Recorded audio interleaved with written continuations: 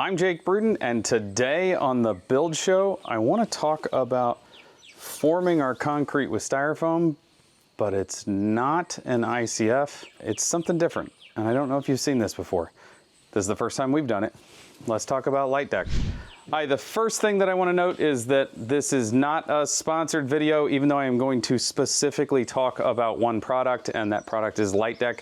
I think it's just an interesting product, so we're going to talk about it. I want to make sure that you know that this is not sponsored in any way. So I just kind of wanted to get that out of the way. So let's talk about the setup that we have here and what's going on and how we came to the product before we actually talk about what the product is. We're at a custom home here in Columbia, Missouri that our firm Aero Building is building. This is a Steve Basic design building. We are a covered porch, patio, whatever you want to call it. It's going to end up being a screened in porch. We actually have primary suite, so we have finished space above us.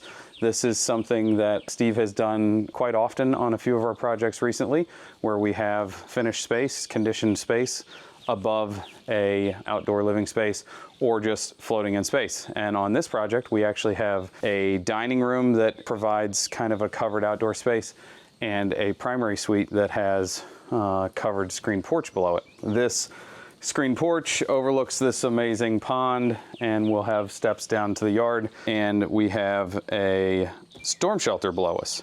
So not just a concrete pad here, we have an actual concrete suspended floor. So in the past, this suspended floor could be formed multiple different ways. When I first joined the industry, there would be a lot of temporary walls built underneath and then 3/4 CDX plywood. All of that is put into place, and then after we're done, all that gets stripped away. There is a ton of rebar mat in this that holds it. It's a self-supporting slab. In the past, maybe 10 or 15 years in our market, it would be steel panning. That steel panning then immediately starts to cause some problems when we have conditioned space underneath and non-conditioned space up here, or completely outdoor space up here, because we get an opportunity for potential for sweating or something like that downstairs.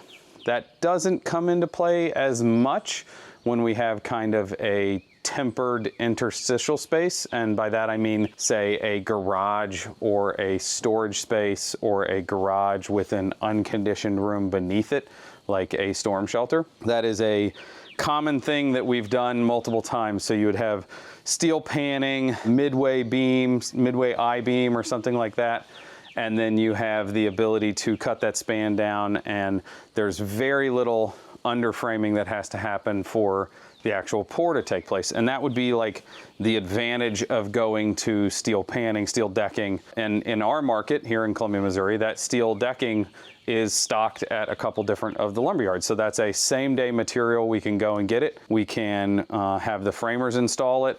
The only thing that we have to worry about is that corrugated end cap.